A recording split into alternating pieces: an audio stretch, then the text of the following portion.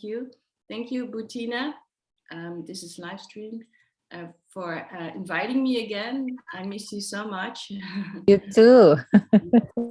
I always come to Bandung, to UPI, for a short visit for about 4 or 6 weeks, and we teach together. We teach educational course, the educational psychology course. So that was about 2 years ago, I think. And yeah, I miss you all very much. It's cold here in Amsterdam. It's raining. Yeah, I hope we can travel again when restrictions ease up, and then hopefully I can come to Indonesia in the nearest future. So I'm going to talk to you about lesson study, as the introduction already said. So I'm going to share my screen with you.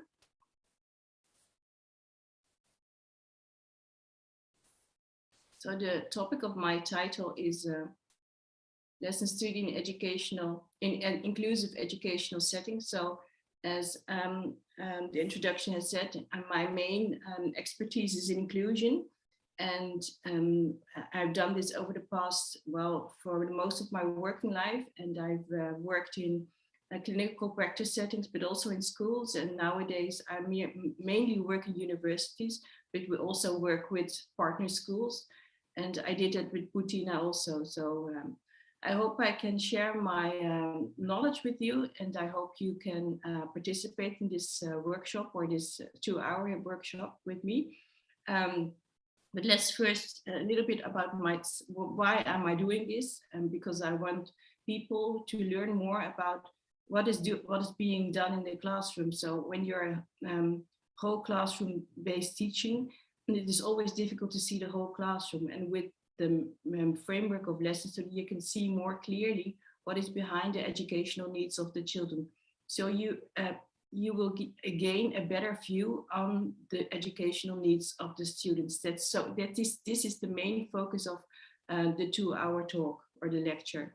So a little bit about myself, as was already said, I am Kui Swilin. I was born in the Netherlands. My parents came from Samara, in Java. So I know the background of the Indonesian culture very, very well, and I love the cuisine. So I love eating Indonesian food, and always, of course, Chinese food. And my parents came to the Netherlands in the 1950s to study here, and we stayed here.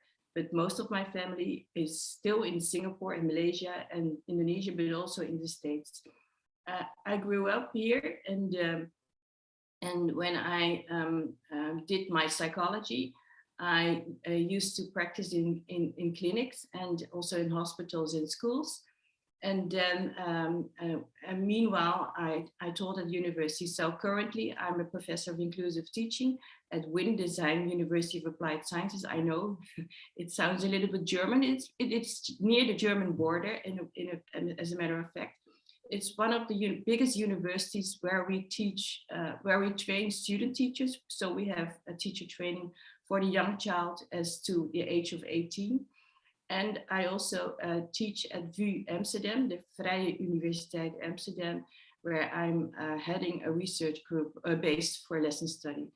And for lesson study, I'm also a council member and an EXCO member of the World Association of Lesson Studies, where I have an office. I'm an office bearer, so I'm in charge of the PhD and the Early Researchers Network from WALS. So enough about me. So I would like to know who you are. Just 5 minutes. So what is your name and where are you based? And what do you hope to hear or take away from today's presentation? So could you please write this in the chat if possible? So who are you? And your name and affiliation. Where are you based? In which, I suppose, Indonesia. And what do you hope to hear or take away from today's presentation?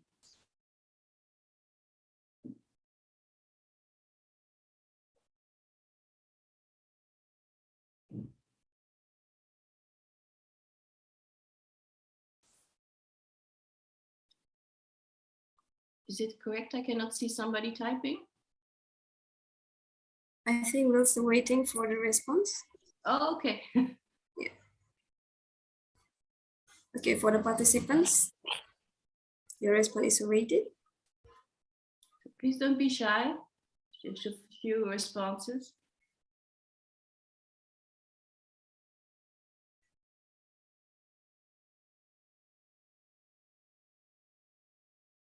Okay. Good Can I morning, open it? Hassan. Okay. Yeah. Oh, someone want to introduce yourself instead of typing in the comment. Okay. Is it the chat, isn't it? Lisa? Okay.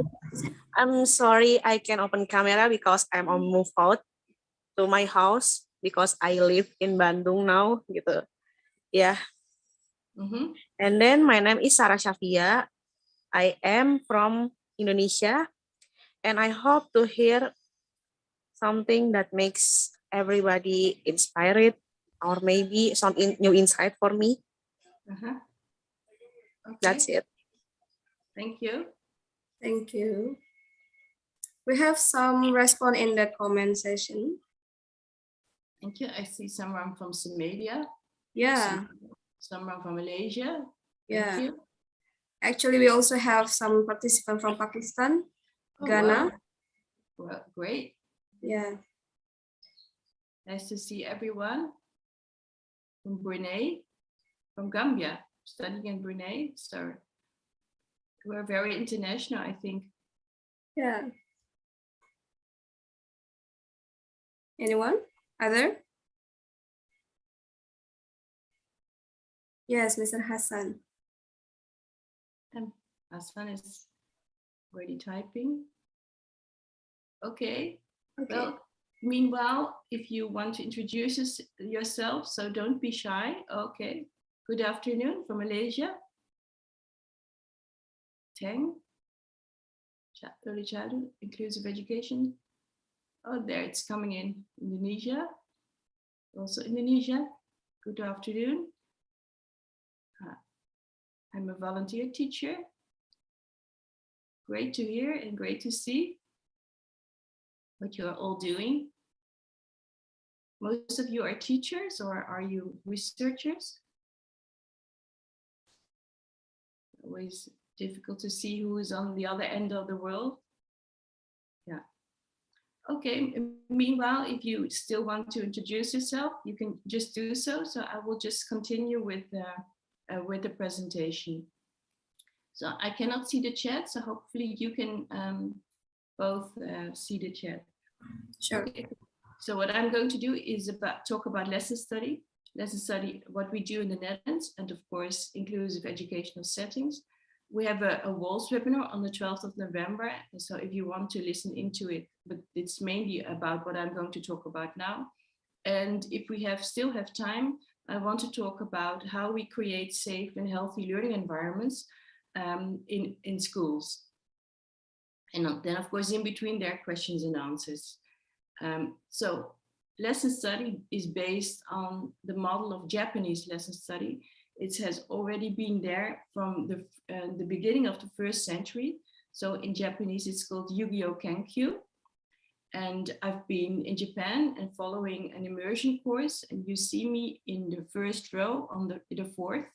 And so we had the opportunity to learn firsthand from the Japanese people, from the experts about how to apply a Japanese lesson study in schools. And why is it not working? Yeah, it's basically a model for teacher professional development.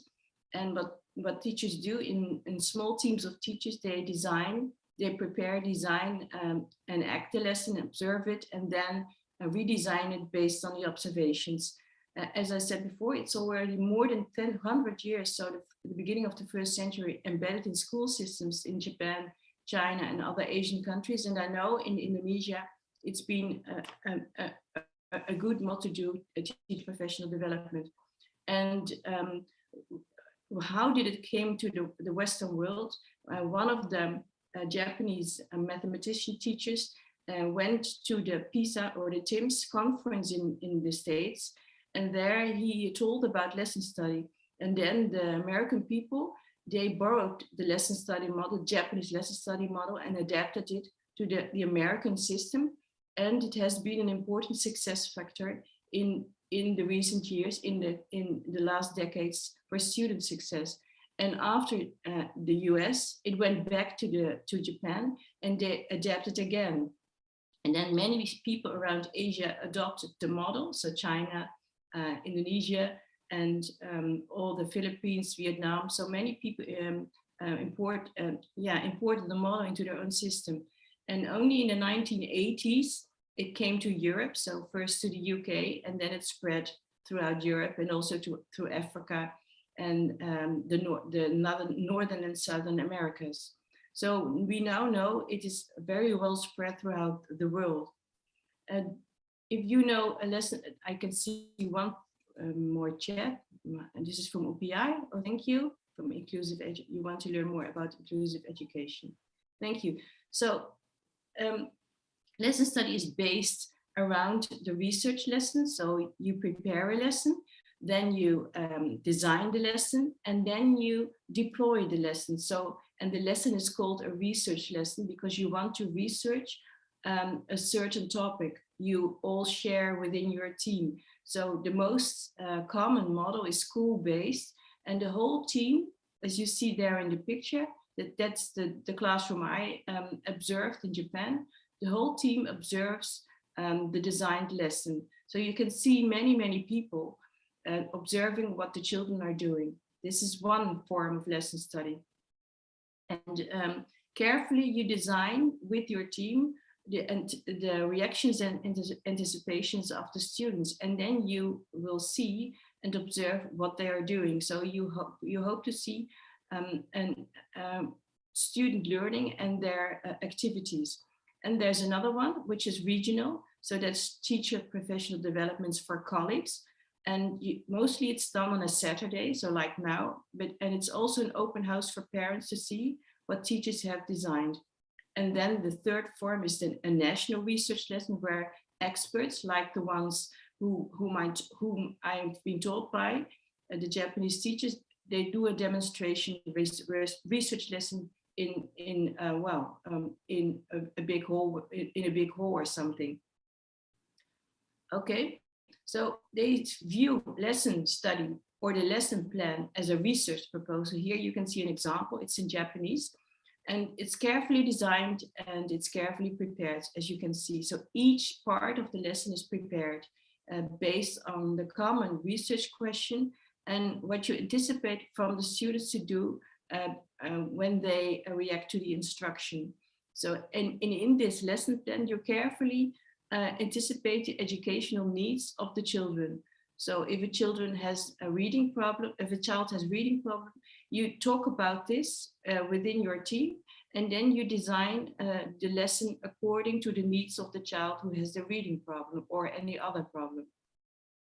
Also, they design a board writing plan, which is called Bansho. So this is a mathematics lessons, and each part of the board has its own place. So also, this is part of the research plan. And then there's the student work. So we ask students to carefully note down what is being done. This is an example of student work. After the lesson, you do a post-lesson discussion. So the team discusses what is being done in the lesson itself, in the research lesson, and the teacher can give his reflections first. So in the right picture, you see the teacher explain what he has done and his reflections on what he has done, and whether the anticipation of the reactions of the students in the research lessons have been deployed as such. So everybody listens, and then the observers also get a chance to say to share their reflections.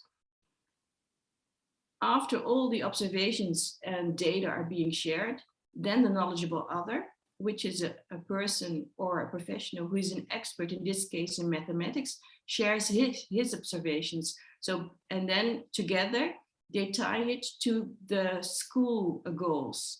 And in this way, you can prepare policy for your school. And in this case, this was a mathematics discussion. And we were around the team of teachers who have prepared the lesson. So basically, what you see is that participate in the lesson study cycle. So you study the materials, you plan the lesson, you enact the lesson, and then you reflect on the lesson. So this is the cycle. You prepare it, you plan it, you do the lesson, you reflect on it, and then the cycle goes on again. So we ask teachers to be actively part of the lesson study cycle, and also to have collective participations, which is focused on the research questions which you all agree on. And then over time, you will develop a resource kits, lesson study templates, planning observations, and so on, or you will design research lessons, or in this case, mathematics lessons, or any other lessons. And then you can see over time, this is what we do for research, that there will be intervening changes. So this is a model of Lewis and Paris in 2014. So your knowledge, so your practical knowledge, your teacher's knowledge, and your beliefs about the content, and the student thinking, and the beliefs of the students, they will change. So your, and also teacher as a professional community will change. So the beliefs and norms and routines within your community will change also. And hopefully you always also will come up with more instructional materials. So and this will result in improvement of instruction and student learning.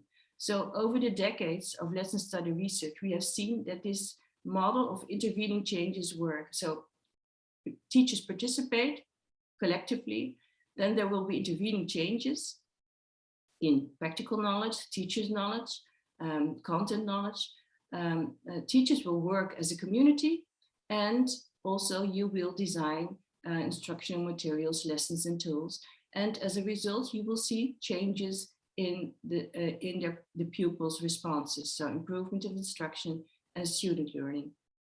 And we know that this model reflects the 5 critical features of effective professional learning. Here it is, as identified by Desimone. So again, so we have teachers who have their own knowledge, subject pedagogic knowledge. You have your educational models, your knowledge, educational psychology, neuropsychology. You participate in the lesson study as teacher research. So your teacher knowledge and teaching practice, and then you reflect on it, and it will result in enhanced teacher and learning outcomes. So it looks very simple, but it's difficult to deploy in practice. There are a lot of misconceptions on lesson study. It's not just about designing lessons. It's about anticipating the educational needs of the children. So children in your classroom, and you want to know them better, or you want to design instruction or lessons which cater to their needs, that lesson study is an excellent model to do so. It's not for every lesson, so you don't need to do it for every lesson. So in a way, when you're participating in a team of teachers, you can just take a commonly a research problem where you care about, for instance, the reading problems of children, or the class climate of children, and you see it as a research project. And the main focus is to learn from students' learning using a research methodology like lesson study, and you do it collaboratively by teachers and teacher students in one team. So now I've told you this. I know it's difficult to share your thoughts just for this moment. Are there any questions from the other side of the world? So if you have so, you can also put them in the chat. Yeah. Participants, if you have question, you can write down on the chat section, or you may raise your hand. Yes, also possible. Hassan has a question, I think.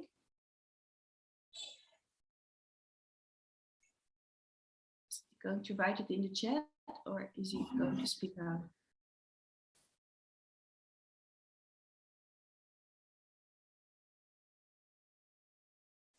How about the lesson plan? We want to talk about the lesson plan.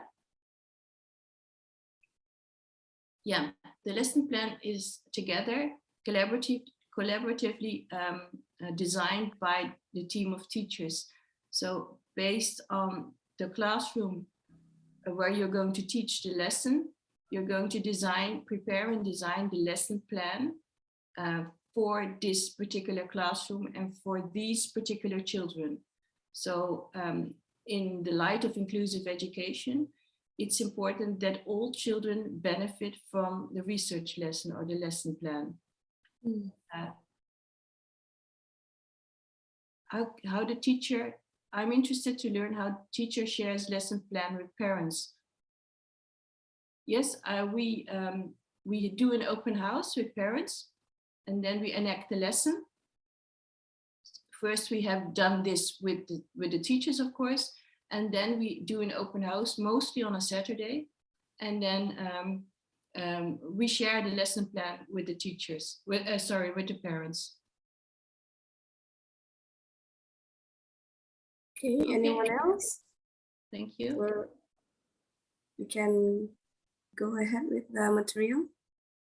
Okay, so I want to talk a little bit about lesson study in the Netherlands. Here you see us, we have a yearly outing. It's very cold, as you can see, and very windy. It's on one of the islands. So we have, these are 6 people. We have 7 universities, and each person represents a university. So this was during the lockdown, and the lockdown where we only could go traveling in the Netherlands.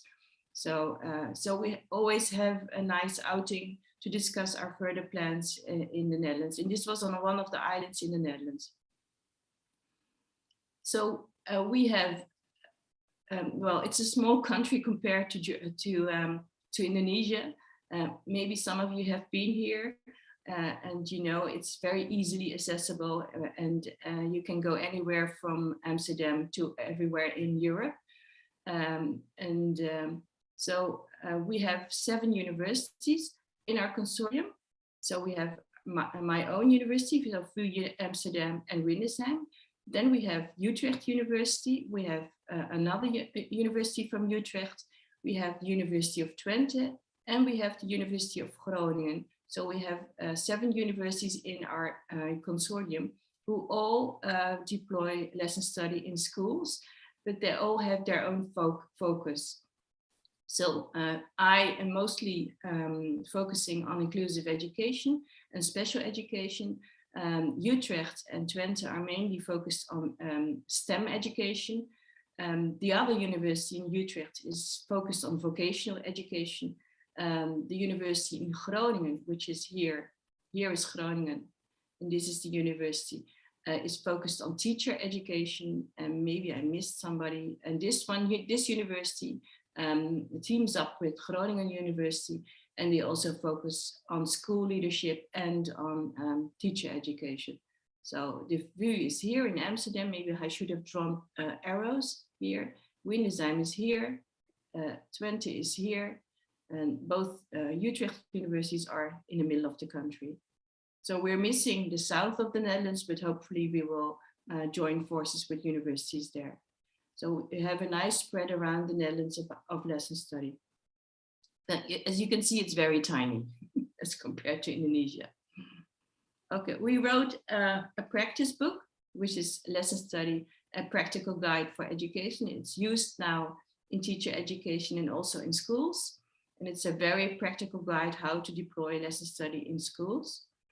And what we do is, I have to move this window, that, as I told you before, we do a collaborative cycle of design and redesign by teachers, characterized by a focus on student learning, of course, professional growth of the teachers, and how to do innovation within a school if you deploy lesson studies school-wide.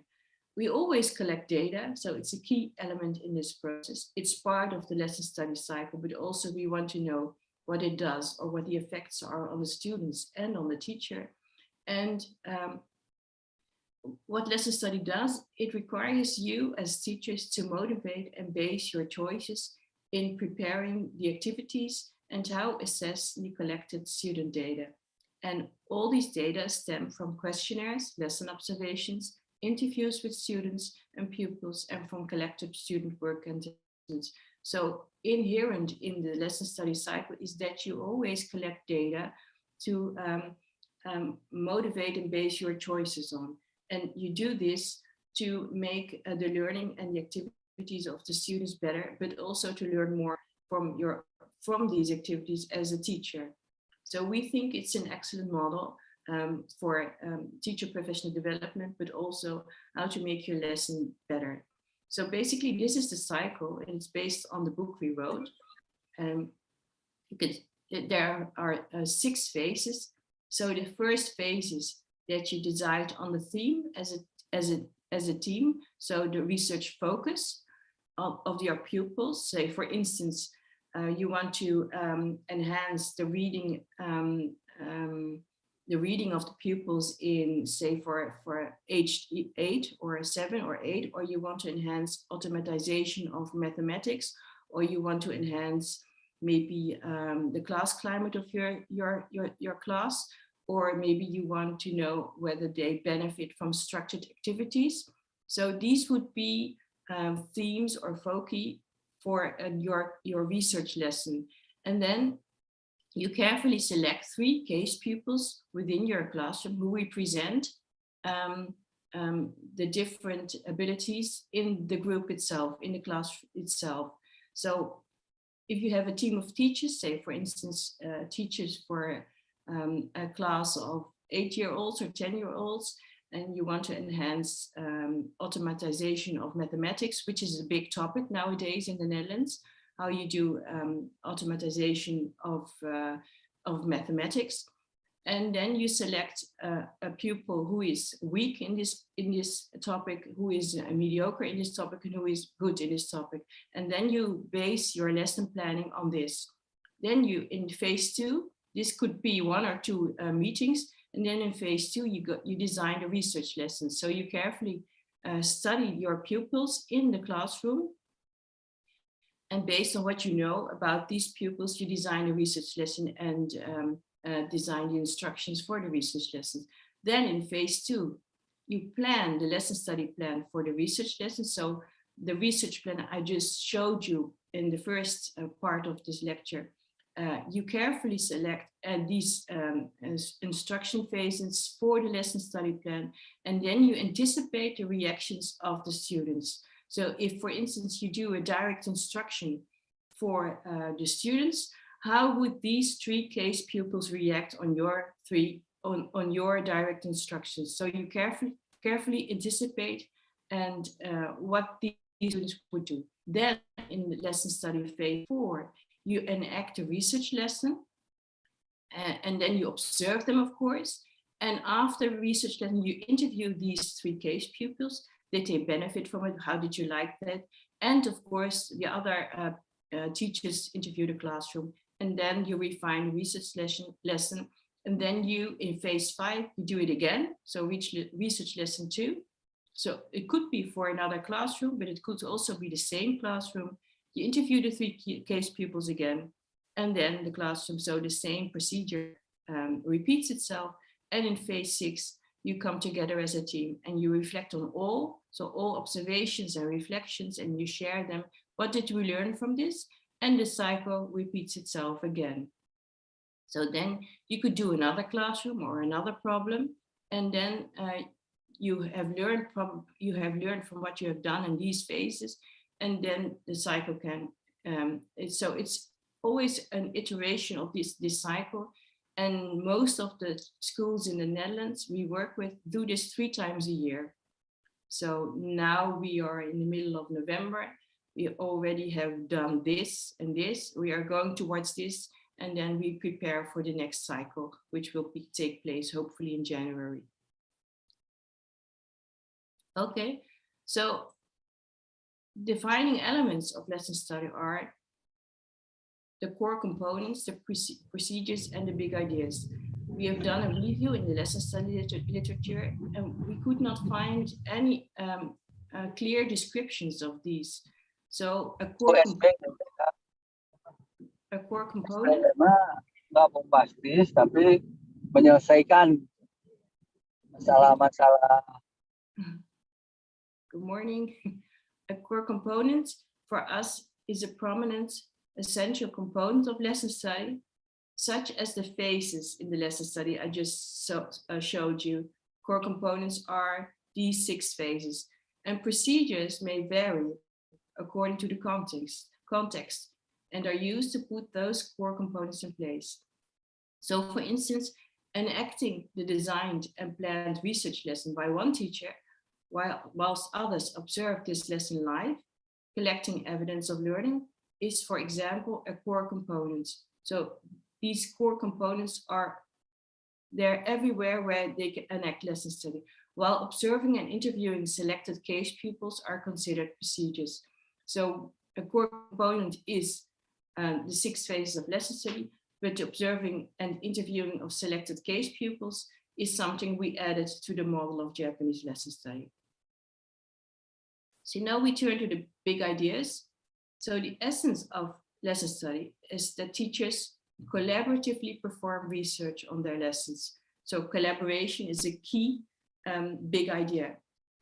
The other one is that you combine the knowledge of you as a teacher, you have your practical content knowledge with external knowledge. So the team actively searches for external knowledge. So for instance, literature or other materials. The other one is that this is the core of lesson study, is that you learn from your students' learning. Our slogan here in the Netherlands is learn from students, which you learn from students as a teacher, but you also want to see the learning of students. So lesson study is about learning from students' learning. Again, the collaborative effort is important. And this one is collaborative perform research. So you perform research on your own practice. And this is the teaming part, which is important. And the other one is the iteration. So the repeated cycles of research lessons. So we published upon this in this year. So if you would like to have your article, I can, of course, send it to you or send it to Butina. So these big ideas for us, are the main parts of lesson study. And again, for inclusive education, the learning from students is here the most important part. So we see also lesson study that I've told you that lesson study is also about your professional growth, so teacher professional growth. So you always infuse theory in defining your research question for the research lesson. You infuse your own practice when you design the research lesson. And when you execute and observe the research lesson, you learn from your case students, so your selected case students, and you do this via observation schemes. You develop yourself with your team. These result in observation data, and they will be discussed in the post-lesson discussion. Then, based on all this, you revise and reteach the lesson again. And you look for critical events in the lesson, in the enacted lesson. Then you reflect and share upon all these observations and experiences, and this hopefully creates new knowledge for you as a teacher. And then the cycle reiterates. So we think this model is a good model for teachers to enhance their knowledge about the children, about the instructional methods, about how to adapt your teaching to the needs of the children, which is an inclusive teaching. So examples of these research questions are, so teachers always ask me, so how can we improve the class climate? And then you have to transform it to a researchable questions to, can collaborative activities improve students' participations? So usually when you have this question, like how can we improve class climate, it's not researchable. So how can you do this? How can you make this researchable in a research lesson? So then you can, for instance, put collaborative activities in the lessons to facilitate students' participations in these structured activities. Or can we elevate math results from this in this classroom, which is a very, very broad questions. And then we form this together with the team. How do students cope with open-ended math problems? So you want to know what students' reactions are, what strategies do they use when handling with open-ended math problems. And in this way, the assumption is that students could maybe benefit from open-ended math problems. So these are just some examples of research questions. So this is an example of a school, which is a Dutch school. It's called the Knotwil. Knotwil is a very large tree in the Netherlands. So here we focus on what kind of research questions we could do and how the lesson itself could basically look like. So each of the teachers designs a preliminary lesson plan, and then we talk about it and decide on a common problem.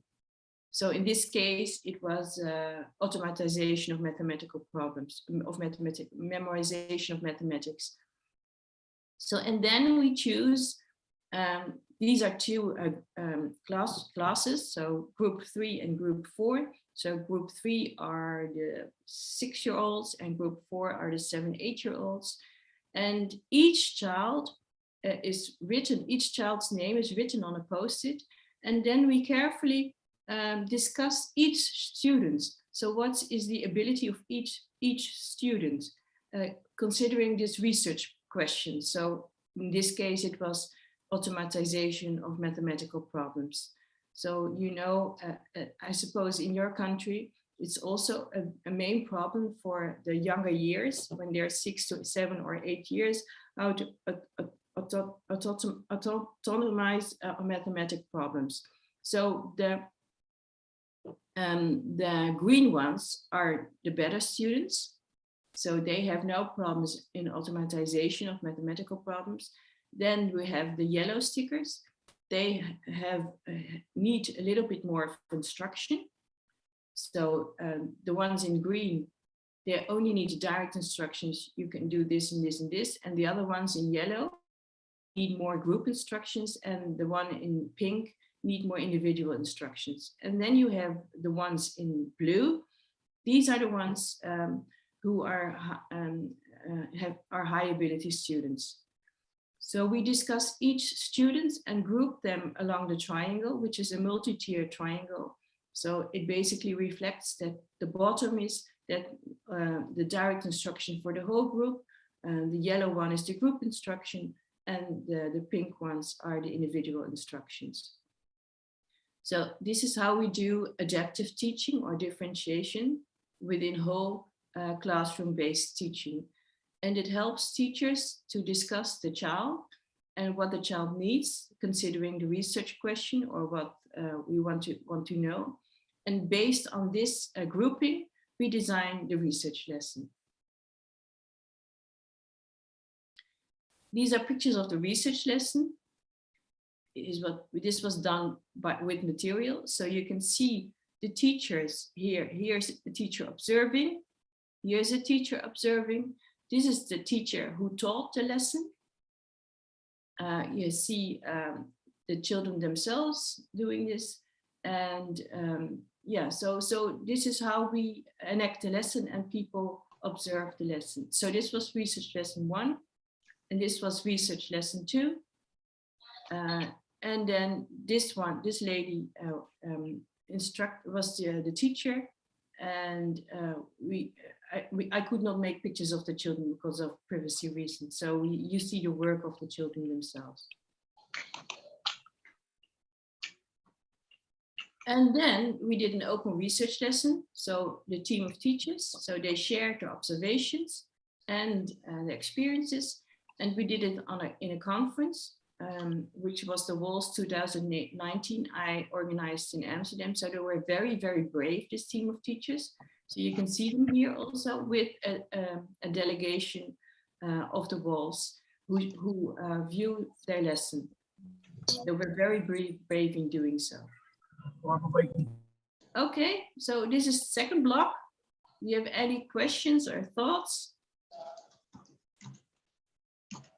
Here, actually, we have Miss Ziati asking about, does the book available in English language? It's about the previous book you showed to us before. Oh, okay. Yeah, not yet. Oh.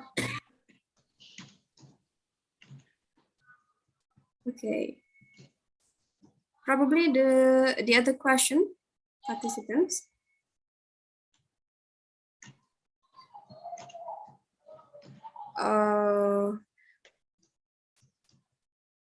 I actually have a question, Professor Sui, if you don't mind to answer the question. Yeah, sure. Yes, so it is related to how the intervention of in this lesson study. In case of collaborative learning, we know that students need to collaborate each other, right? So is other students' strength could be one of the intervention in improving one student's with a certain weakness. So if your example before is about how to optimize the mathematic skill, could be the other pupils with good skill at this point become or help the students with the weak skill in this point, in this problem. Yeah, if you want to know whether children can collaborate in this lesson whilst helping them, whilst helping other students, it could be, of course. So we did a research lesson in the past weeks with a school, also on automatization of mathematical skills, and we divided the group into 3 groups, little groups, and they indeed, as you suggested, the ones who were more able to do this, they helped the other students. So, and then we looked whether the other students could hope to do the skills the better students do. So, and in a way, it helped the other students to learn more about their own strategies. So we asked the student who was more able in mathematics to verbalize his or her thoughts or his or her strategies. So in this way, yes, you could do it. Great question. Thank you. Okay, probably other participant, if you want to ask more question before we go or move on.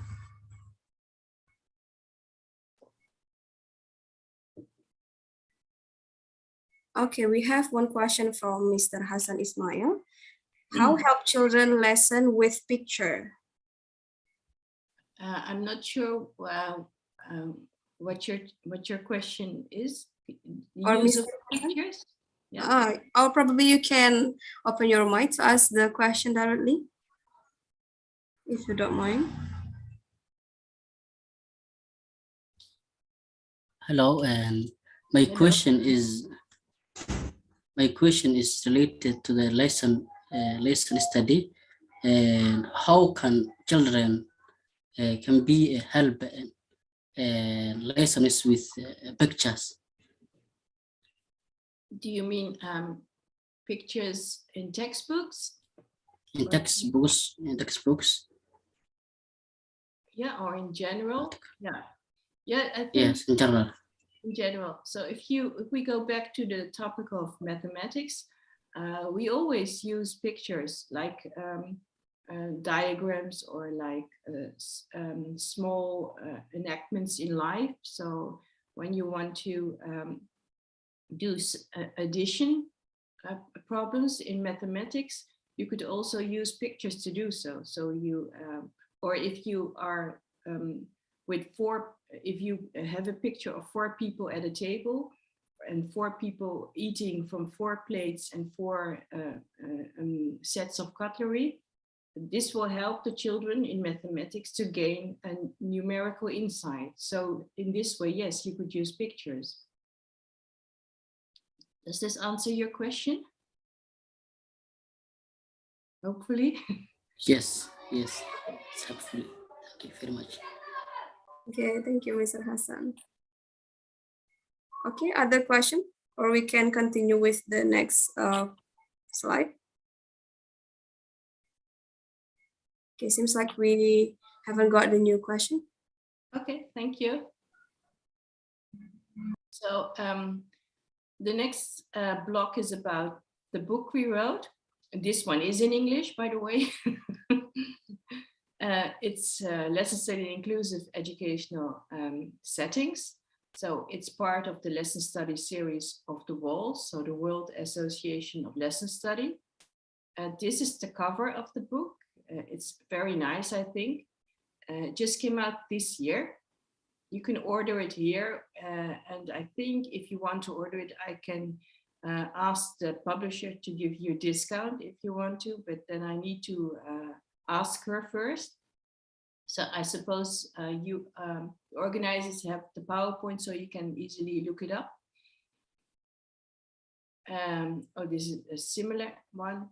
So I want to tell you a little bit about what it is about. As I've told you, it's a systematic way of building teachers' knowledge by sharing knowledge.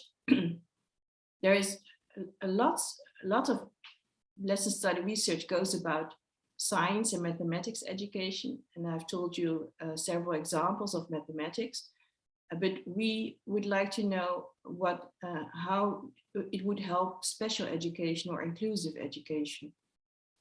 So how does it impact education for children with special needs? And we have collected samples of lesson study in different educational contexts in our own country, so the Netherlands, but also in Singapore and the United Kingdom and in Sweden. And these are countries who propagate more inclusive learning environments, regardless of varying degrees of students' capacities. I know there are more countries around the world who do this, but we did not find any other lesson study example of inclusive educational settings where they use lesson study. So that's why we collected these examples. These are the chapters. So there is an introductory chapter on inclusive teaching. Then we have 3 chapters on implementation of lesson study in primary education, fostering differentiated teaching. There is one on one chapter on educational needs of sense making of mathematics and teacher professional development of Twente University. Then we turn, so 5 and 6 are from the UK. Contribution of lesson study to teaching and assessing pupils with learning difficulties. And the 6th one is about lesson study for pupils with moderate learning difficulties in a UK special school setting. Then this 7 and 8, chapter 7 and 8 are about lesson study in special education in Singapore. So supporting lesson study in special ed schools in Singapore and how to do a lesson study for special education professionals. And the 9th one is also from Singapore. So the enhancement of assistive technology in teaching and learning. And the last one is from Sweden, which is lesson study, a learning study, a specific form of lesson study to enhance students with high functioning autism spectrum disorder. So we think it is a nice collection of use of lesson study in the various countries, and hopefully it will make a contribution in understanding how to enhance inclusive education in our countries. So I would like to know a little bit about the different concepts in inclusion language. Do you know more about these concepts? What is your take on it, or what is your comprehension of it? So diversity, inclusion, equality, equity, and intersectionality. So there are so many concepts in inclusion language, and often we don't know what we are talking about, and often they are used intermittently and interchangeably. So maybe some of you could write in the chat what you think about them.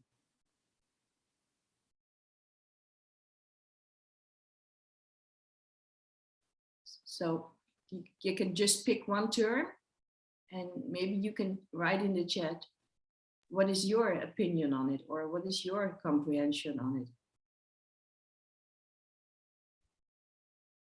Yes, participants, we wait for your response.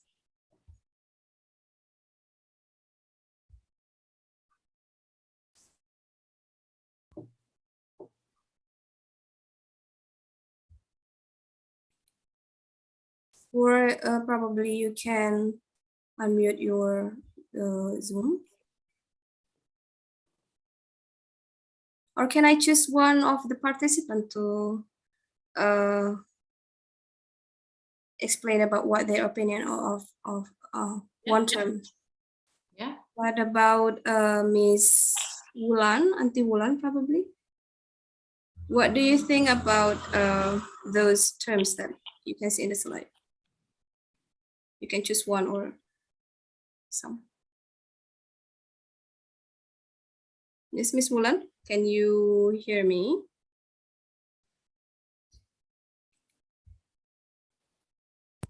Can you hear me now? Yes. Okay, I think it's about equality. Yeah. Equality for the students in inclusion school with the general one or the public school. I think so. Okay. Thank you, Miss Wulan. Probably one more participants. What about Ms. Aziati? What do you think? Or would you like to share your opinion? Ms. Aziati, are you with us? Yes. Okay, I think this concept is actually explained on how can lesson study can infuse with the issue of diversity, inclusion, equality, equity, and intersectionality. Because when we talk about diversity in my place in Malaysia, it's quite rampant. Many parts of Malaysians are secluded in different geographical area and issues. So I think with the help of lesson study could actually help teachers within a section to explain and discuss on problems in learning within the children. So that's my probably my opinion on the issue of diversity in Malaysia. Okay, thank you. Thank you very much. Okay, Professor Sui, I think we can go on. Yeah. Mr. Faisal, would you like to share your opinion as well? No, please. Oh, okay. Okay. Okay, thank you so much. The two answers, and I agree with the last speaker. So that lesson study can be a leverage, a good tool to design lessons which cater to the needs of all children, and at the same time, hopefully the teachers can learn more from the different diverse needs of the children. And if you do this, so the diverse needs according to the ability of the child, hopefully you can then include them in the lesson. So when you do lesson study for inclusion, then you try to include every child in the lesson itself. So you create equal opportunities for each child. So equality based on their needs and on their abilities, so equity. So it's not only equal opportunities, but they also receive opportunities based on their abilities, so equity. And then, of course, in each child, there can be different kinds of needs, which is intersectionality.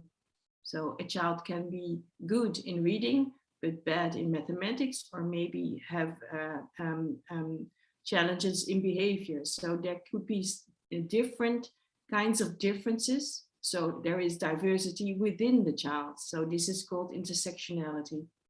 So we hope that with this lesson study, and I can see a chat coming in. So lesson study is a learning improvement approach. With this, we can help the students who have learning difficulties. That's true. So we hope that based on this, we can cater to the needs of each child, whether they have learning difficulties or not, or whether they are in mainstream or in special educations. So the diversity in the classroom is an opportunity and to enrich your lessons, to include every child, to give them equal opportunities to learn based on their abilities. We improve the equity and hopefully answer the diverse abilities within the classroom, so the intersectionality. So all these concepts are used interchangeably in the inclusion language, and it's important that we distinguish them. So inclusive education, well, it's a goal which is one of the most challenging goals in education. And we use different terms in the literature, and we use different terms in practice. So it's differentiation, adaptive teaching, responsive teaching, or of course the later ones, which are inclusive teaching and inclusive education. But it has not been like this always. In inclusive education or in special education, the norm was that special education students or students with special need should be normalized, should have the same abilities like every normal child. Now we know this is not the case anymore. So now we know every child has their own ability and their own diversity and can learn on his or her own pace. So we need to change our teaching to adaptive teaching, or what we call inclusive teaching. And it refers to the reducing of barriers to learning and participation of all. So nowadays we know that inclusive education, or simply called inclusion, is important. And we want to reduce the barriers to learning and participation of all children in the school or in the classroom. So it refers to the capability of the educational systems for all students. And it is a model which has been recommended for the past 3 decades as best practice schooling for all students, but it's so difficult to reach. So we see diversity and individual differences more as opportunities than as roadblocks to learning. So we see it more as a chance to learn and to enrich our learning. So here you can see the different models. So it used to be like exclusion. So we have the mainstream schools and then the special schools around it, or you have mainstream classes and children with special needs were excluded. So you could see this, so people were excluded. This was the first model. So where special education school students had to be normalized. So I was raised this way too. When I was a psychologist here in Amsterdam, and when I got my training, we used to train the special education students to be normal. But now and then it changed towards this model, so the segregation model. So where we have mainstream schools again, or mainstream classes, and special education schools. And this could be within one school or in separate schools. So there are mainstream schools or there are special education schools. And I know in your countries and some of your countries, this is still the case. I don't know about this model, whether this is still the case, but this I know, this is still the case in some countries around the world. So mainstream schools and special education schools are separate. So, and they both have their own systems. And then throughout the world, there are all kinds of other models, like the integration models, where you have in one school, in one mainstream school, you have a special class for special education children or special needs students. So this is the integration model. So, and then now we have inclusion, where some of these children are included in mainstream classrooms, but teachers are still struggling to do this, how to do the inclusion part. But these two models, so the integration and inclusion model, are now the dominant model. So you have these mainstream classes with mainstream schools with mainstream classes, and within these mainstream classes you have special education, and then there is just one where everybody is in one classroom. And now we want to go to this model. This is teaching to diversity, where everybody matters. Every child has their own profile, and the teacher has the job or the task to teach to diversity. So hopefully these three models, which are now most prominent throughout the world, will grow towards this model. Okay, so inclusive teaching for us, for me, is a distinctive pedagogy. And this means that the teacher practices, applies, and implements his effort to gain better insight in the learning and the learning process of his students. And the main goal is to reach all students when developing whole classroom teaching. So my question in my whole research is, what kind of distinctive pedagogies can the teacher do when practicing and applying and implementing in her or his effort to gain more insight in the learning and learning processes of his students, so he can reach every student, so the teaching to diversity when developing whole classroom teaching. Teachers all do whole classroom teachers. So what can we do? What kind of pedagogy can we enact to gain better insight in the learning and the learning process of his or her students? So the assumption we do in our book is that, again, lesson study is a good and promising approach to provide teachers to practice these distinctive pedagogies and deepen their knowledge of their subject matter. So maybe it's mathematics or reading or geography, or their pedagogical didactical content knowledge and practical teaching practices to promote the learning of all learners again, including the ones who need additional support or special educational needs. And you do this in collaboration with others. So how can we, with lesson study, practice these pedagogies, these distinctive pedagogies to reach inclusive teaching? And for us, collaboration is the cornerstone of lesson study and alleviates the isolation of teaching and allows teachers to share their opinions and knowledge and experiences with each other. So this inclusive teaching for us, for me, is necessary to reach the aim of teaching to diversity. And in between you have inclusion. And the inclusion is a necessary model to reach the teaching to diversity model. And for teaching to diversity, you need inclusive teaching as a distinctive pedagogy. So inclusive education and teaching depend crucially on teachers, their attitudes towards diversity. So you are to be inclusive. So your attitude towards diversity is important, to be inclusive, your commitment towards it, and your interest in developing these distinctive pedagogies in teaching knowledge, skills, and ways of relating to a greater diversity of student educational needs. So being inclusive. So your attitude, so to be inclusive, is important to being inclusive. So if you are in front of a classroom, of course you want everybody to be included in the classroom, but that does not necessarily mean that your pedagogy is inclusive. So in order to do so, it's important that you practice this, that you practice your attitude towards reaching all children into being inclusive. So this is for us, this is a necessary distinction. So of course, you know what inclusion means and that you want everybody to be included.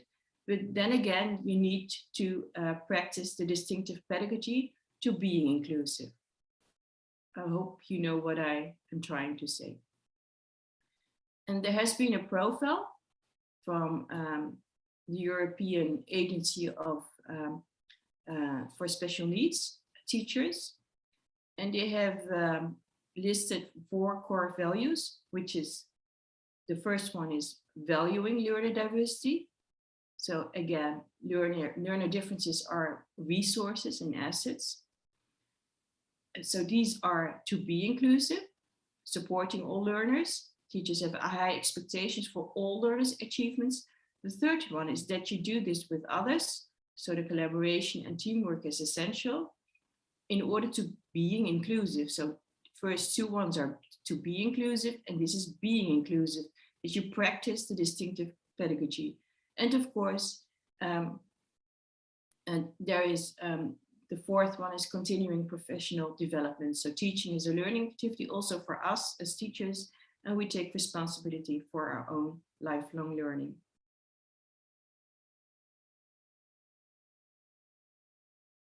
So inclusive teaching is about that all students have these access, and that all have these have access, so equality, and that you value the contribution of all learners, which is equity. And we think lesson study is about creating a learning community within a learning community. So you have the school as a learning community, but you also have the lesson study teams, which are small learning communities. So it is about using the strategies and approaches that will enhance the opportunities for all members in the learning community, so that you can share your reflections and your observations that will embed and enhance learning for all. There's not only the students, but also all teachers. So you will have an inclusive learning community. So hopefully what we do, what we've written in the book will enhance this thinking about inclusive teaching and designing these distinctive pedagogies for inclusive teaching. So this was a lot, I think. Are there any questions or thoughts? We actually had one question from Mr. Adama Konate. How can a teacher help child from a missing lesson? Where is it? It's after, actually before you start the next session before. Actually, this one from Sarah? No, from Adam Konate. It's about 20 minutes ago, actually. Oh, 10 minutes ago. Yeah. So from Fuzi? No. Oh. Adam Konate, could you find it? Yeah. How can a teacher help a child for a missing lesson? Yeah, I think if you go back to the triangle with all the post-its, then the child can be in a group instruction or in an individual instruction. So then you can help the child, and the other children can also help the child, of course. And I think there are some other comments. Yes. So many students have special needs once they have the opportunity to go to school. Yes, that's true. Just like normal kids, I hope these non-special kids will accept them. And yeah, that's true. That's also a problem, of course, if mainstream schools or normal typically developed children accept the special needs children. Yeah, so you, as teachers, you need to invest in these kinds of class climate. That's true. So in the next part, maybe you want a little break first, or do you want to go further? I can talk about class climate. Do you want a little break, or do you want? I think we can continue the presentation. Okay. So this one is because Butina asked me for a question, so in between. So I would like to post a question to you for your assignment. What are your aims and processes regarding inclusive teaching? So is this okay, Butina? Yeah, actually, the question is for the final project in the group. So I think we hide the question and then we can share for final project. Okay. Sorry. But thank you anyway. Thank you. It is okay. Okay. I will start a new presentation now. I will stop sharing this one and I will start the other one. Where is it? It's gone. Let me just, I thought I had it open. Where is it? I have to stop.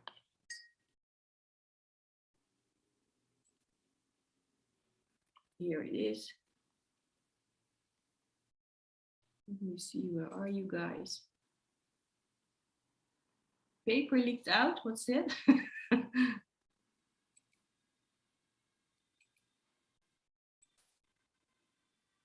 Can you see it? Yes. Yes. Okay, thank you. Lesson study. Yeah, this is a research project we did. We are finishing it, so it's a collaborative lesson study as a collaborative tool to create safe and healthy learning environments. It was a subsidized study from our own agency here in the Netherlands. So, and it was based on the many questions about bullying. This is the research team. Lots of researchers in it. I thank the team for doing this, of course. So it was very nice working with all of them. And this is the cycle I showed you before in the first hour. And we use lesson study to create safe, healthy, and inclusive learning environments with a specific focus on the educational needs of the class, the group, or the students, where observation is a major activity. So again, you you have a common research team, you select the 3K students, you design a research lesson, you plan it, you enact it, the first one, you enact the second one, and then you share your observations and reflections, and the cycle continues. So what are features of safe and healthy learning environments in schools? So it's inclusive, of course, we talked about that. You want everybody to be included. So the questions of the last comment in the chat is important. Social inclusion, you want everybody to be included. There are no barriers to learning. And education is designed in such a way that every child or student can profit or benefit from it and has the likelihood to learn and develop socio-emotionally. So in this case, social inclusion is very important. We use the 3-tier prevention model to do so. And again, you've seen this in the other slides. So there are universal interventions. This is the green part. So 80 to 90% of the students in a classroom profit from universal intervention. So could be direct instruction. So these universal interventions are for all students, but we know from research that 80 to 90% benefit from this. You have the secondary interventions, which are the group interventions, which are high efficiency interventions with a rapid response. And these are for some students, so at-risk students. And 5 to 10% of these students are in the secondary interventions, or what we call the yellow ones, yellow interventions. And then we have the tertiary interventions, which are for individual students. And these are assessment-based and are more intense and durable. But every student receives the universal interventions, whether they are at risk or whether they are individual based. So you do this for academic instructions and you do this for behavioral instruction. And this MTSS model, the 3-tier prevention model, is a very strong model to do so. So it's called the multi-tiered systems of support. So in your school and in your classroom, you design these kinds of systems of support. And I'm sure you know these kinds of systems, and every teacher knows this, that you do this in the universal for the whole group, group instruction and individual instruction. And you've seen this before. So we use this 3-tier model to design behavioral interventions in a math lesson. And this is then how we do it. I explained it in the first hour. So the green stickers or post-its are for the ones who receive the universal interventions, but the universal interventions are for all students. Then the yellow ones are the group instruction, and the pink ones are the individual instructions, but everybody receives the universal instruction. So based, as I said in the first hour, everybody needs to have equal opportunities based on their abilities. So that's equity again. And I showed this before. So then we designed the lesson and we adapted the lesson study cycles with a focus on social safety. So here you see the same cycle again, but then in a circle. So the first phase is what's going on in the classroom and what are the classroom dynamics and what will we focus on. So the team of teachers first asked these questions. The second one is, what do we want to achieve with this classroom and what do the pupils need? The third one is, what will the lesson look like and how will we serve pupils' needs? The fourth one is, how did pupils react to the lesson? So then the lesson is already enacted. How do pupils react to the lesson? And what does it mean for the follow-up lessons? And the fifth one is, how do pupils react to the follow-up lesson and what else is needed? And the sixth one is, of course, what have we changed in the classroom dynamics and what have we learned? So this is how we adapted the lesson study cycle with a focus on social safety, because we wanted to know how we could change classroom dynamics, and the team of teachers chooses a classroom to do this in, to research this in. So this social safety studies was on enhancing teachers' competencies in creating safe classrooms with the bullying role inventory and lesson study. It was funded by our government, and it says 2020, but it's 2021, so it's still ongoing. And we did this in collaboration with 5 secondary schools. And in these 5 secondary schools, 9 lesson study teams participated. We wanted to know, so the research question are as follows: does this lesson study trajectory focusing on strengthening classroom dynamics enhance teachers' competencies to identify obstacles in classroom dynamics and to intervene in response to these obstacles? So we wanted to know whether teachers would be better in diagnosing classroom social dynamics. And the second question is, are they getting better in intervening or to do interventions in response to obstacles in classroom dynamics? And the third one is, do pupils perceive a positive change with regards to class climate? So, of course, that's the proof of the pudding. So whether students or pupils perceive a positive change.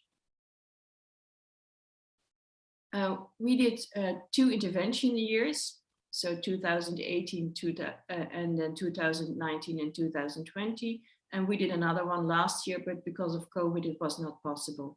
So it's not, so we hope to continue it when we can go into the classrooms again. We had 5 secondary schools in an experimental condition, 36 teachers and 243 students, and a control group consisting of also 36 teachers and 243 students. And in 2018 year, we had 3 schools with 2 cycles. In 2019, we had the same schools, and we did a pre-test for teachers and students in October, and also a post-test in May and June. So it was a very basic research methodology. A little bit about a safe learning environment. I'm not sure how it works in your country, but it's mandatory here in the Netherlands that teachers actively intervene in situations that compromise the health of the classroom social safety. So teachers are asked to actively intervene in these situations and to recognize them. So it's mandatory. It's in the law that we do, that you need to do this as teachers. And we know from the literature that 1 in 14 children is being bullied multiple times per week. 1/3 of these children says they did not report this to anyone, and 79% report being bullied for multiple years. I think you know all these kinds of figures, and you know these children and teachers who work with these children, or psychologists working with these children.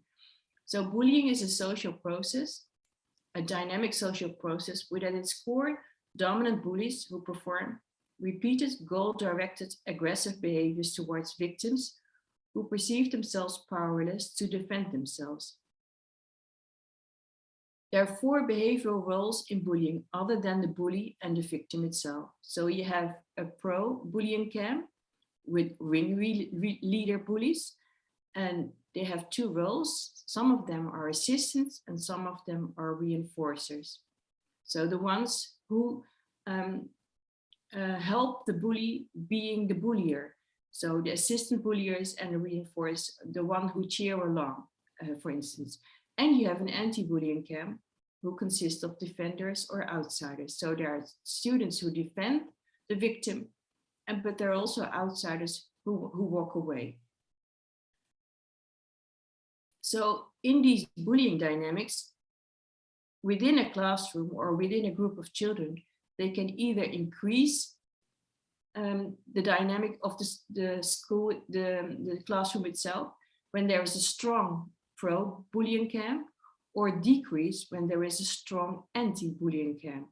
So you want to change the social dynamics in the classroom by building a strong anti-bullying camp.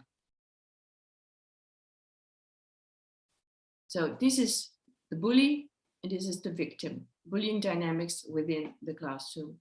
In pictures, there was somebody who wanted a picture. So this is not the case. This is not social dynamics. So mostly this model is used when talking about bullying, but there is more to it, as I explained before.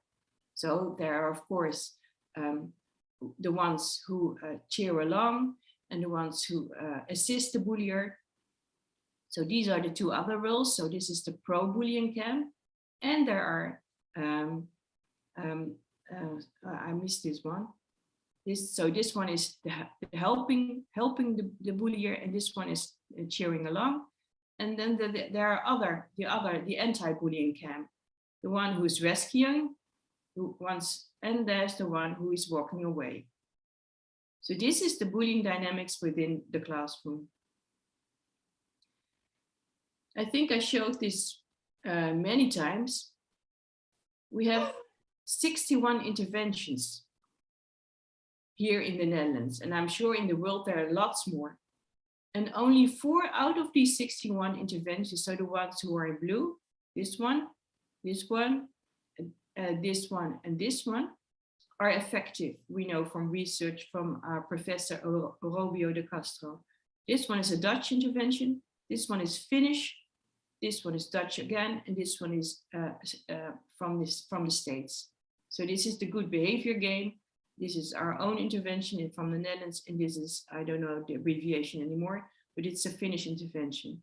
So only 4 out of 61 interventions are effective in changing bullying dynamics in the classroom. We also know that more than 90% of all school, all school bullying occurs outside of the awareness of teachers. So teachers are only partly aware of these social dynamics in the classroom, and they fail to adequately intervene in over 25% of these instances, because they perceive bullying differently than their students, and they do not recognize relational as bullying. So they view relational bullying, so calling each other names or something, or they view this as less severe than physical bullying, so the pushing or the verbal bullying, name calling. Relational bullying is much more severe than physical bullying or verbal bullying. And relational types of bullying, so excluding somebody from a group, relational types of bullying can have the strongest negative impact on victims. So we know that if this happens in a classroom, this can last for ages in children, that they have negative effects on the children. And there is also research, which is called peer nomination research based on social network analysis. And this is a very strong research where we inventorize who are the bulliers, who are the victims, who are the pro-bullying camp, and who is the anti-bullying camps. So in this picture, you can see lots of things going on. And the strongest lines, so the thick lines, so the blue ones is the anti-bullying camp, and the red ones are the pro-bullying camp.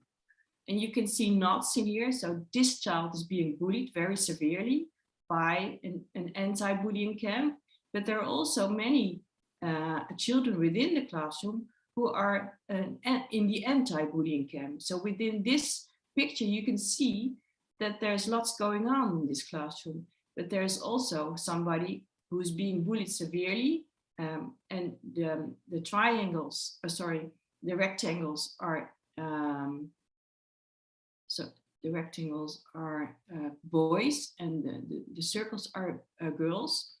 And you can also see there's one outside. So this one is somebody who walks away. Here, this child, this boy is being bullied also, and this not so, but you can see the strong lines from the bully towards the victim, but there are also people who are trying to help. So in this case, you can see it's very helpful to gain insight in the social dynamics of a classroom. So children fill in a questionnaire and they can nominate each other in this way. It's all anonymously. So we used it, this is the bullying role inventory, as an e-tool to gain insights in the frequency distribution of the bullying roles and types of bullying, to have more insight in the dynamics of their classroom through social network theory. And so we also know more about popularity and social preference of the students itself.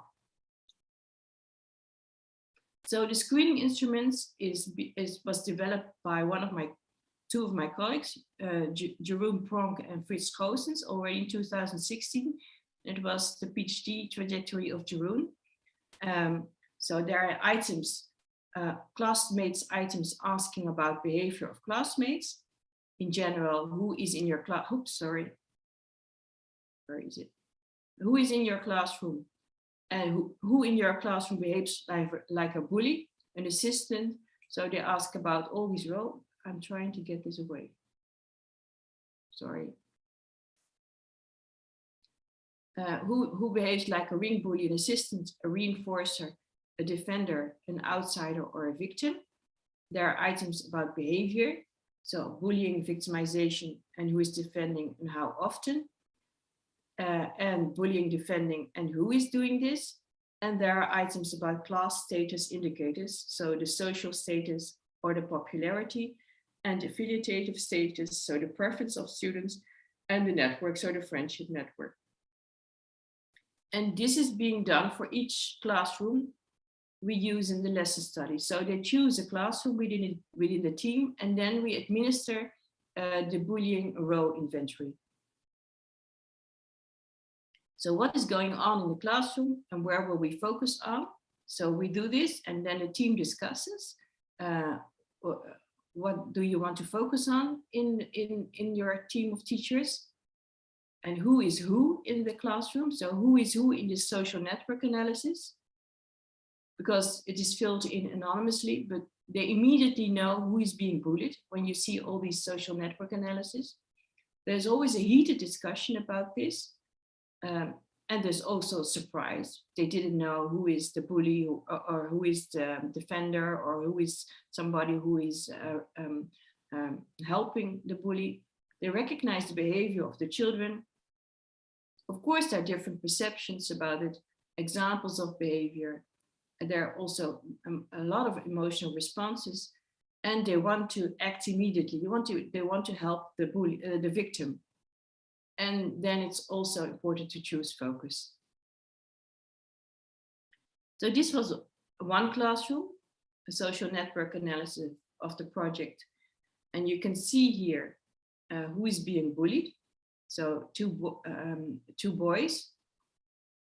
And this one is an active defender.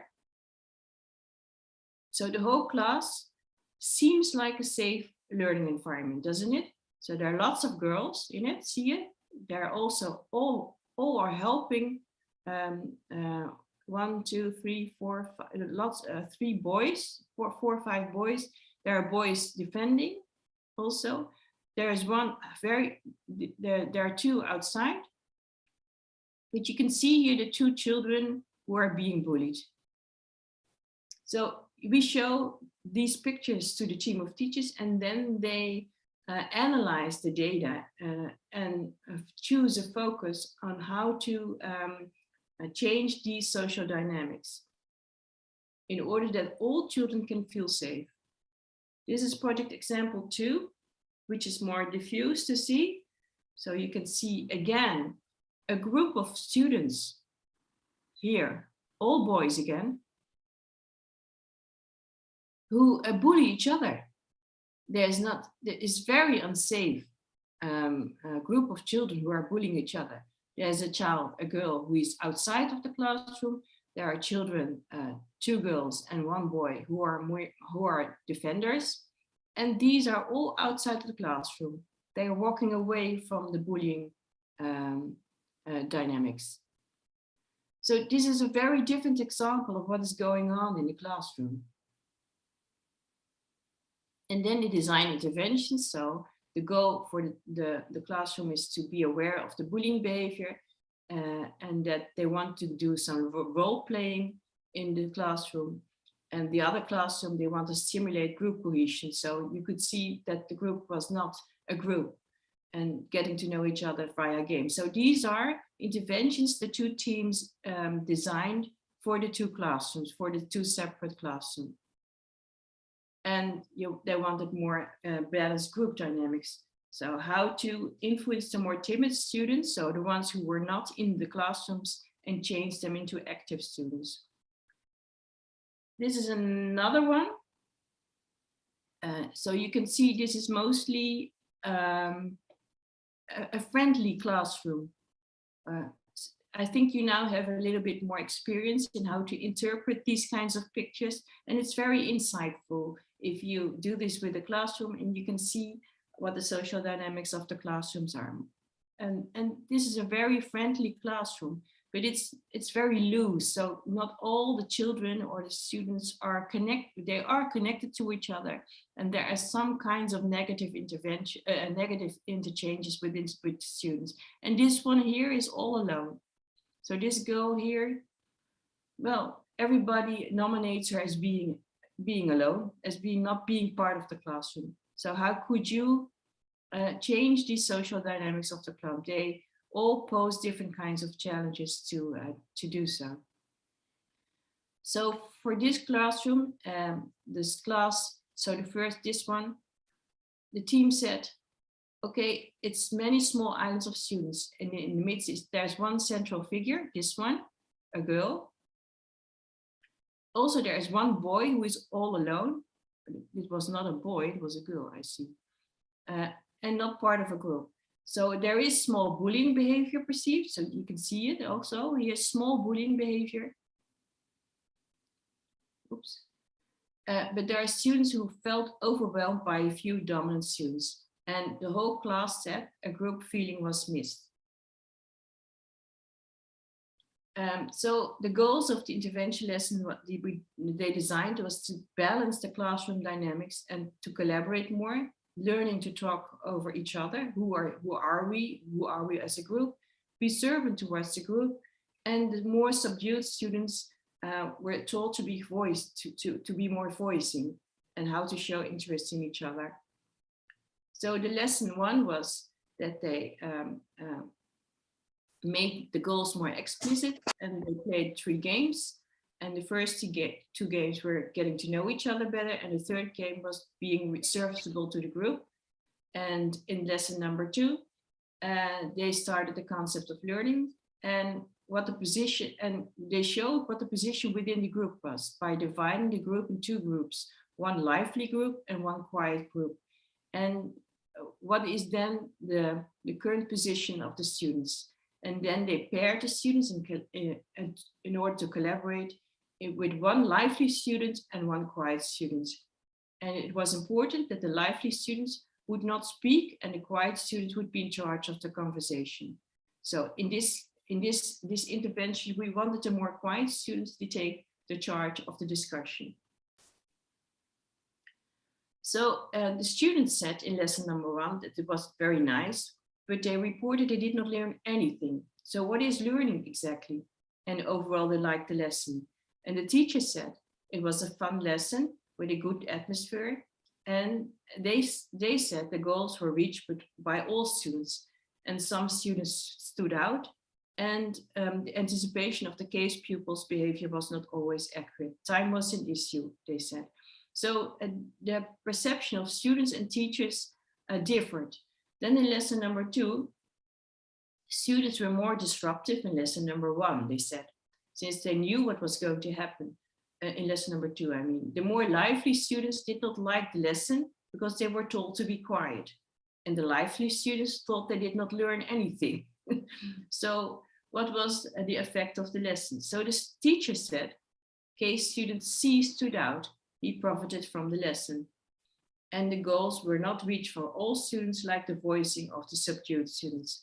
Overall, we were not satisfied with the lesson, and we had to look into the positions of the group more. And what is the meaning for the group to make it a group? So in this way, by sharing experiences and reflections, they learned more about the group and the students in it. And the first one was just an example of one team. And overall, we had the results of the intervention lessons. So students are more aware of their position in the group. The resistance to collaborate has diminished. There is less resistance to the research lessons, because the research lessons, they found some of the students, they didn't like it. And the teachers had different views on the students. They had more insight into the students and more insight in which students need more attention. And overall, they said, we have more purposeful observing of students, and we have made small steps in changing classroom dynamics.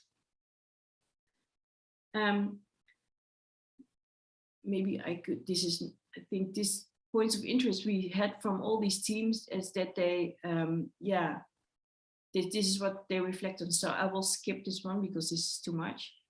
And we are in the middle of analyzing all the results from all the teams, and we would like to do some more lesson study with the 9 lesson study teams, but because of COVID, this was not necessary.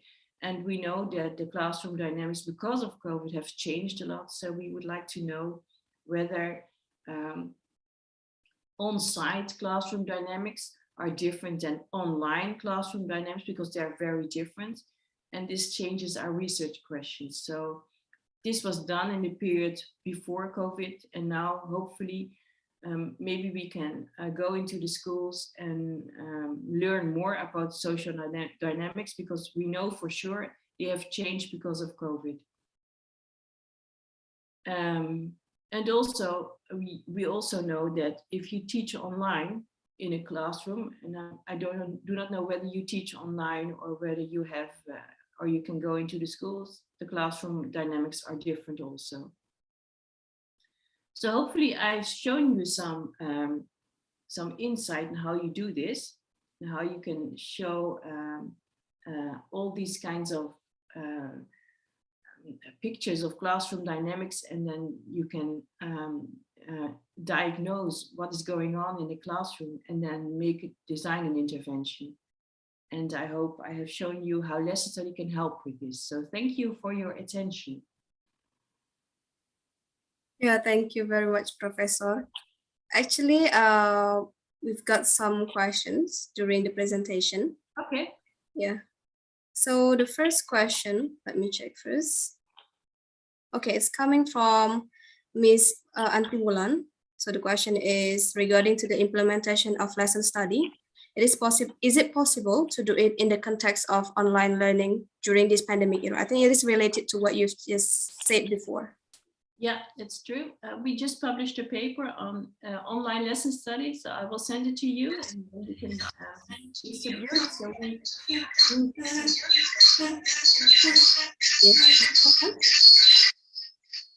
do you hear this too? We've done online lesson studies, so I can share the results with you. Yeah. Yes. Thank you.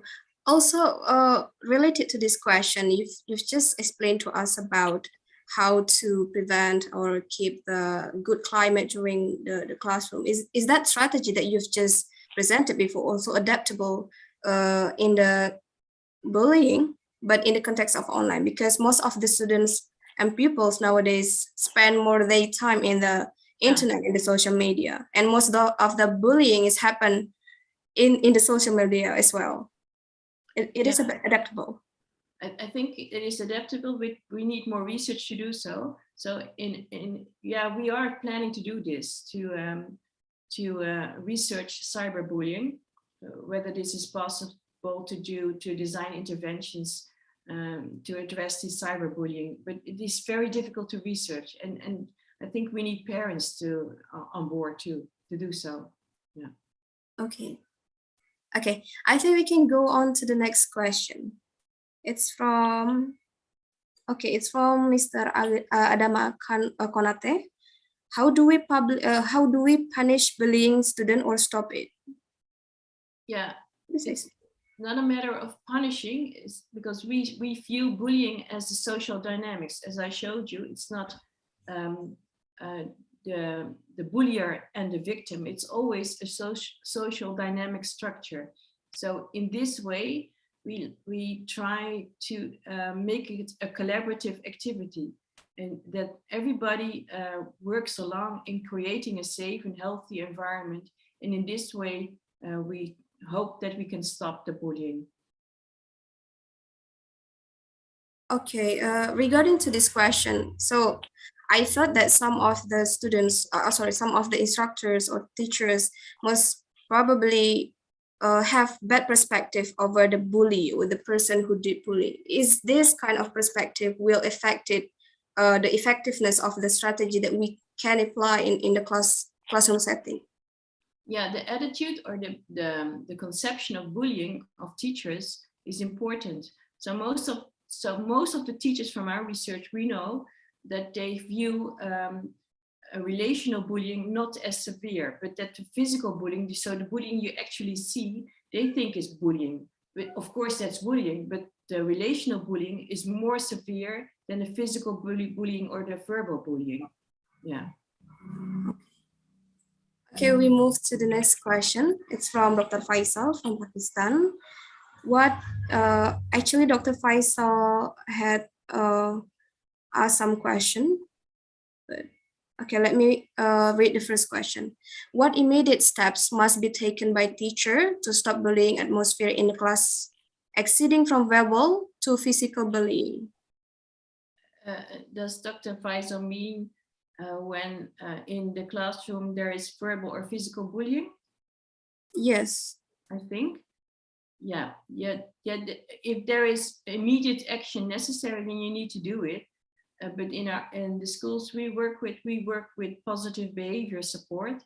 So it's a class activity, so that you, of course, you discuss if there is verbal or physical bullying, you always intervene as a teacher, and then you discuss this. You relate this to the values of the school. So most schools have values like respect, responsibility, or safety. And we teach behavioral lessons on it. So when there is escalation, and then we use an escalation ladder. So the student is warned, a second warning, a third warning, and if the third warning does not have its effect, then you exclude the student. But then you always discuss this with the student and in the classroom. So that's how we do it. Okay, actually, this question is related to the next one. It's also coming from Dr. Faisal. It's about how do we prevent about a bullying attitude in a class in an optimistic way, so that it must not boost a revenge atmosphere among bullying and victimized students in the future. Yeah, so if you want to, I can send you some articles about this. So we install an escalation ladder. So everybody knows what the consequences are from the bullying. And then if the escalation ladder, so you warn 1 time, 2 times, 3 times, 4 times, whatever the teacher decides, or you decide on in the whole school, but the whole school does the same escalation ladder. And then if the child reacts to the first warning, then you give him a token, so a positive reinforcement, and or in the second or something like this. Yeah. So in this way you can change the bad behavior or the challenging behavior, we call it, into something more positive. How I miss lesson study research? Yes, Miss Fuzi actually seems like she have ever joined your class before in 2019. I know her, yeah. She's very nice. Okay, here's the question from Miss Sarah. Or we can move to the participant who raised her hand. Actually, we have Miss Tuti. Miss Tuti, can you unmute? Okay, pardon me. Can you hear me, Ayu? Yes, yes. Yeah. Okay. Let me share my experience, Prof. Shu. Sorry. Yeah. I am as a teacher in vocational high school. My experience in our school every year, I meet students in several classes with special needs, like dyslexia, a slow learner, or recently I meet a student with memory disorder. But in our school, management and learning do not lead to an inclusive school system. Sometimes I can only help as much as I can, such as distinguishing in teaching technique or trying to explore other student abilities, gitu. Like student in practical class or touching technology in electrical, maybe. Students have difficulty in reading, writing, or understanding the subject matter. Even children feel insecure in learning. Then the question is how to start to create diversity learning, remembering the policy and education system here have not focused on it. I think in Indonesia still on exclusion or segregation section, maybe. Yeah, thank you. Yeah. What do you think about it, Professor Shu? Yeah, I didn't quite catch all of it because of an echo. Maybe, did you hear more correctly, I hope? Yes, I tried to re-explain. I think the question is related to how to start implementing the strategy of creating a safe learning environment, or to start an inclusive learning strategy, because in Indonesia we still have not really focused our education goals on that part, and how to start it. Yeah, my experience is that you always have to start small, and you have to have the school leadership as part of it. And if you do not have the leadership involved of your school, and if you try to act big, it does not go well. So my experience is just to start very small with a small team, and if you want, hopefully with lesson study, and then you can just discuss what you're experiencing, and hopefully gain an attitude of inclusive pedagogy. So yeah, but I think school leadership is important. And I do not have a clear-cut answer to your question. I know it is difficult. I know it is difficult how to help students and how to help teachers in creating these environments if the outside, so your government, is not helping. So I know it is difficult.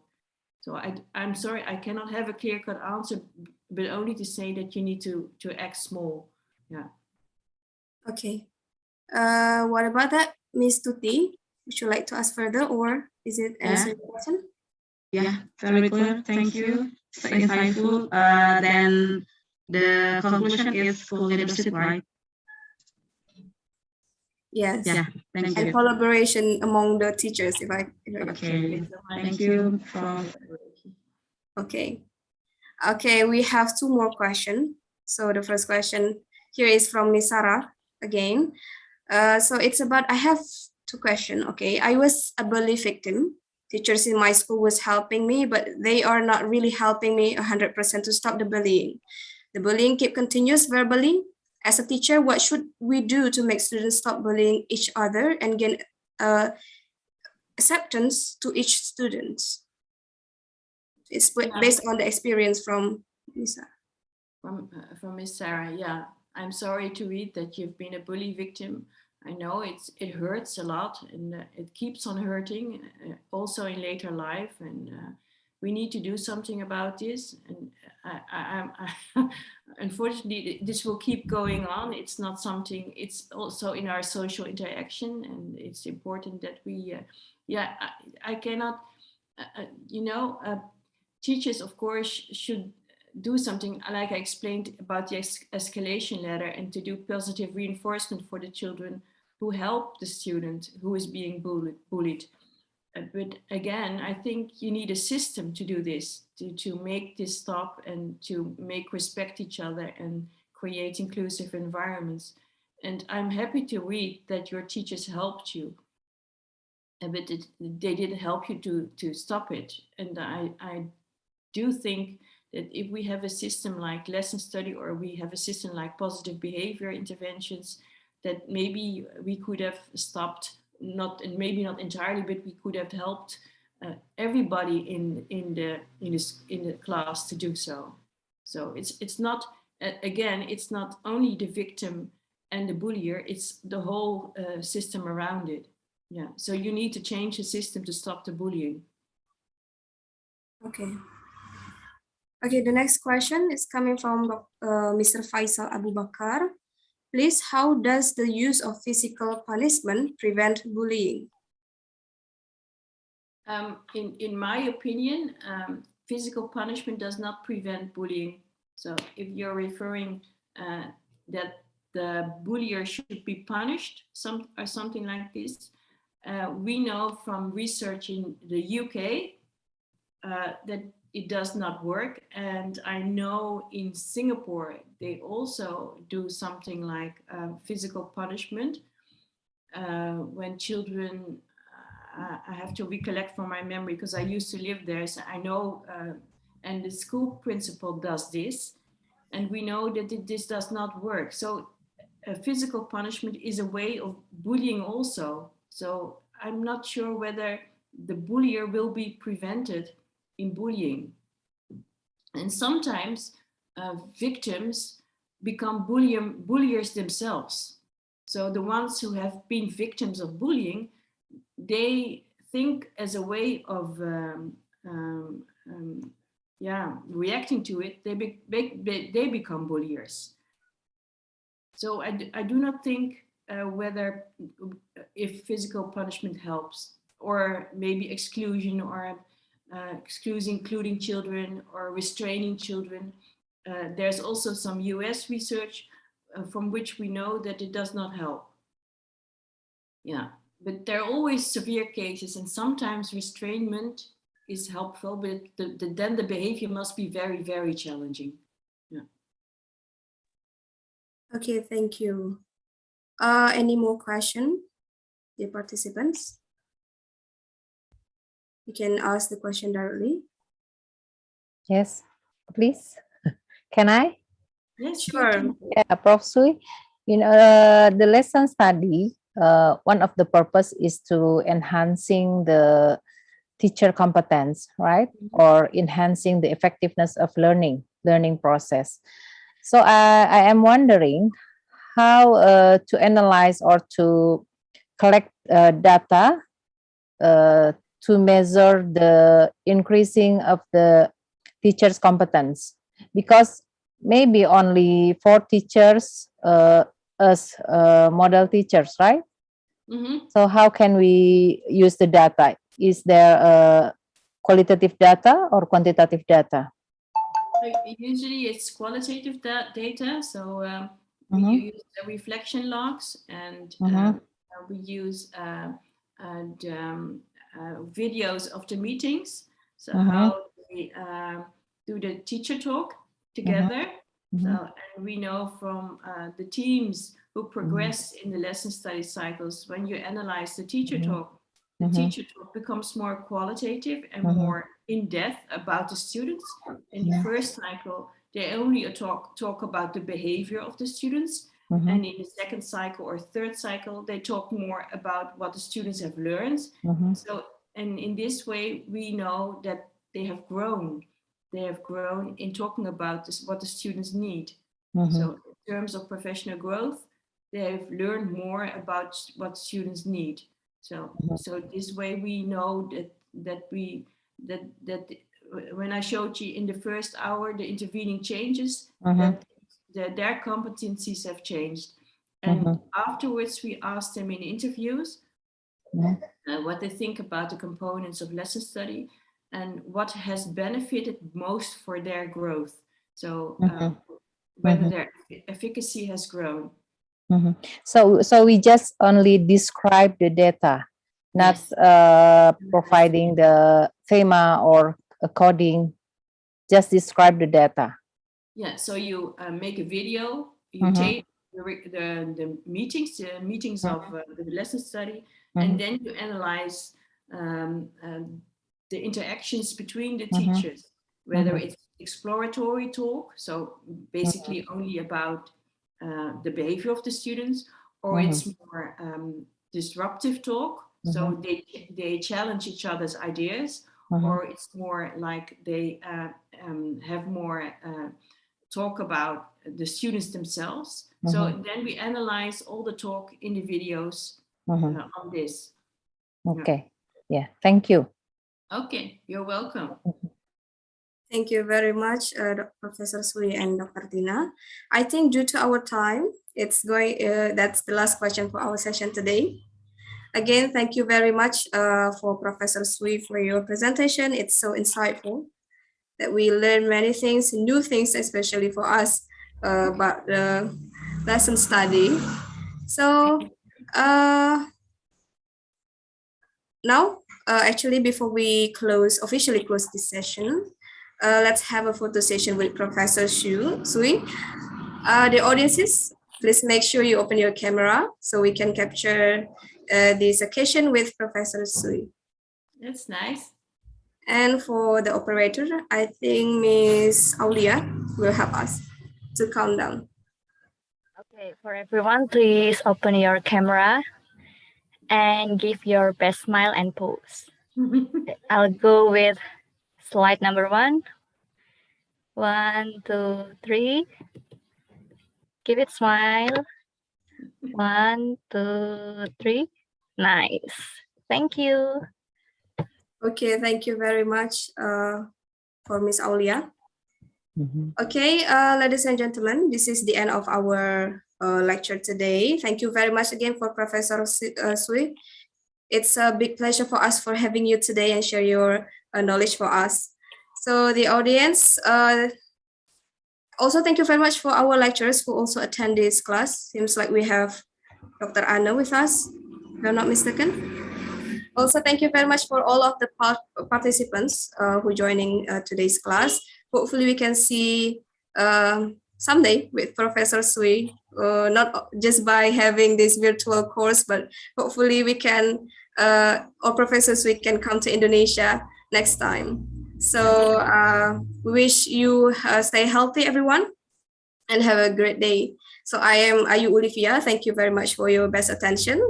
So good afternoon from Indonesia, Professor Sui. Thank you. Thank you so Thank much. you. Thank you, everybody. Thank you, everyone. Hope to see you soon here or there. Yeah. Yeah, missing you much. I still have your back, you know. Oh, really? Thank you. Yeah. Okay. Leaving now. Okay. Assalamualaikum.